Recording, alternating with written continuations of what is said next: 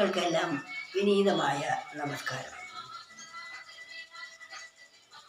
ഈ നമ്മുടെ മനസ്സെപ്പോഴും ഇന്ദ്രിയങ്ങളിൽ കൂടി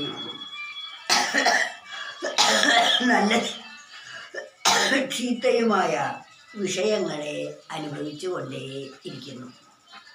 നല്ല വിഷയങ്ങൾ അനുഭവിക്കുമ്പോൾ നമുക്ക് സുഖവും സമാധാനവും, ചീത്തയായ അശുദ്ധമായ ചിന്തകളാണ് ഉണ്ടാകുന്നതെങ്കിൽ നമുക്ക് അശാന്തിയും ഉണ്ടാകുന്നു.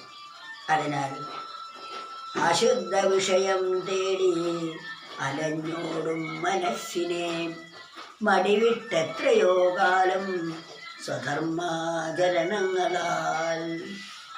വേണ്ടാത്ത വഴിയിൽ കൂടി പോകുന്ന മനസ്സിനെ നമ്മൾ അവനവൻ ചെയ്യേണ്ടതായ സ്വധർമ്മം ചെയ്തുകൊണ്ട് പിൻവലിക്കണം.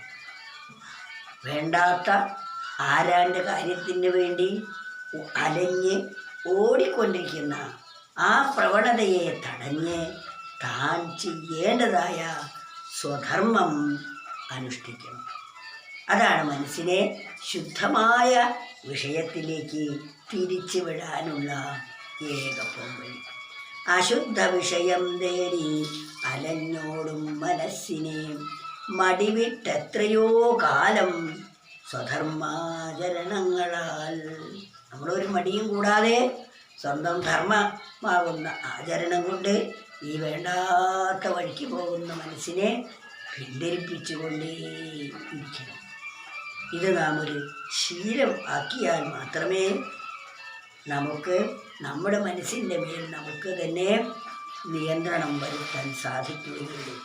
ജയിച്ച ധീരർക്കല്ലാതെ മായയെ സഞ്ചരിക്കുവാൻ സാമാന്യർക്കും എളുപ്പത്താൽ ആവതല്ലെങ്ങനെയാം പ്രഭോ. ഇപ്രകാരം അധർമ്മമായ വഴിക്ക് പോകുന്ന മനസ്സിനെ ധാർമ്മികമായ വഴിയിലേക്ക് തിരിച്ചുവിട്ട് മനസ്സിനെ സ്വന്തം നിയന്ത്രണത്തിൽ വരുത്തുന്ന ഒരാൾക്ക് മാത്രമേ, അതാണ് ജയിച്ച ധീരന്മാർക്കല്ലാതെ മായയെ സഞ്ചരിക്കുവാൻ. അങ്ങനെ ഇന്ദ്രിയങ്ങളെ ജയിച്ച വ്യക്തികൾക്ക് മാത്രമേ മായയെ ഉപേക്ഷിക്കാനും ജ്ഞാനത്തെ സ്വീകരിക്കാനും സാധിക്കുകയുള്ളൂ. ഇത് സാമാന്യ വ്യക്തികൾക്ക് സാധ്യമേ അല്ല. അസാധാരണ പൗരുഷമുള്ളവർക്ക് മാത്രമേ മനസ്സിൻ്റെ മേൽ നമുക്ക് സ്വാധീനം ഉണ്ടാകുവാൻ സാധിക്കുകയുള്ളൂ. അശുദ്ധ വിഷയം തേടി അലഞ്ഞോടും മനസ്സിനെ മടിവിട്ടെത്രയോ കാലം സ്വധർമാചരണങ്ങളാൽ. ജയിച്ച സ്വന്തം ധർമ്മങ്ങളെ കൊണ്ട് ജയിച്ച ധീരർക്കല്ലാതെ മായയെ സഞ്ചരിക്കുവാൻ. അങ്ങനെ സ്വധർമാചരണങ്ങളിൽ കൂടി മനസ്സിനെ ജയിച്ചവർക്ക് മാത്രമേ മായയെ സഞ്ചരിക്കുവാൻ, മായയെ ഉപേക്ഷിക്കുവാൻ സാമാന്യർക്കും അല്ലാവതെങ്ങനെയാം പ്രഭു. സാമാന്യർക്ക് ആർക്കും തന്നെ ആ മനസ്സിനെ സ്വാധീനിക്കാൻ സാധിക്കുകയില്ല.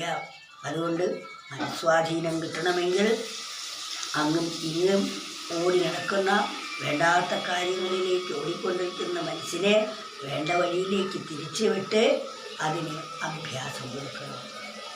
അങ്ങനെ ജയിച്ച ആ മനസ്സുകൊണ്ട് മാത്രമേ മായയെ അല്ലെങ്കിൽ അജ്ഞാനത്തെ ജയിക്കാൻ സാധിക്കുകയുള്ളൂ. സാമാന്യ വ്യക്തികൾക്ക് ഇതിനെ സാധിക്കുകയില്ല. അമാനുഷികമായ മെൻ്റൽ പവർ ഇതിന് ആവശ്യമാണ്. അശുദ്ധ വിഷയം തേടി അലഞ്ഞോടും മനസ്സിനെ മടിവിട്ടെത്രയോ കാലം സ്വധർമാചരണങ്ങളാൽ. ജയിച്ച ധീരർക്കല്ലാതെ മായയെ സഞ്ചരിക്കുവാൻ സാമാന്യർക്കും എളുപ്പത്താവതല്ലെങ്ങനെയാം പ്രഭോ. സാമാന്യർക്ക് ആ മനസ്സിനെ സ്വാധീനിക്കാൻ ഒരിക്കലും സാധിക്കുകയില്ല.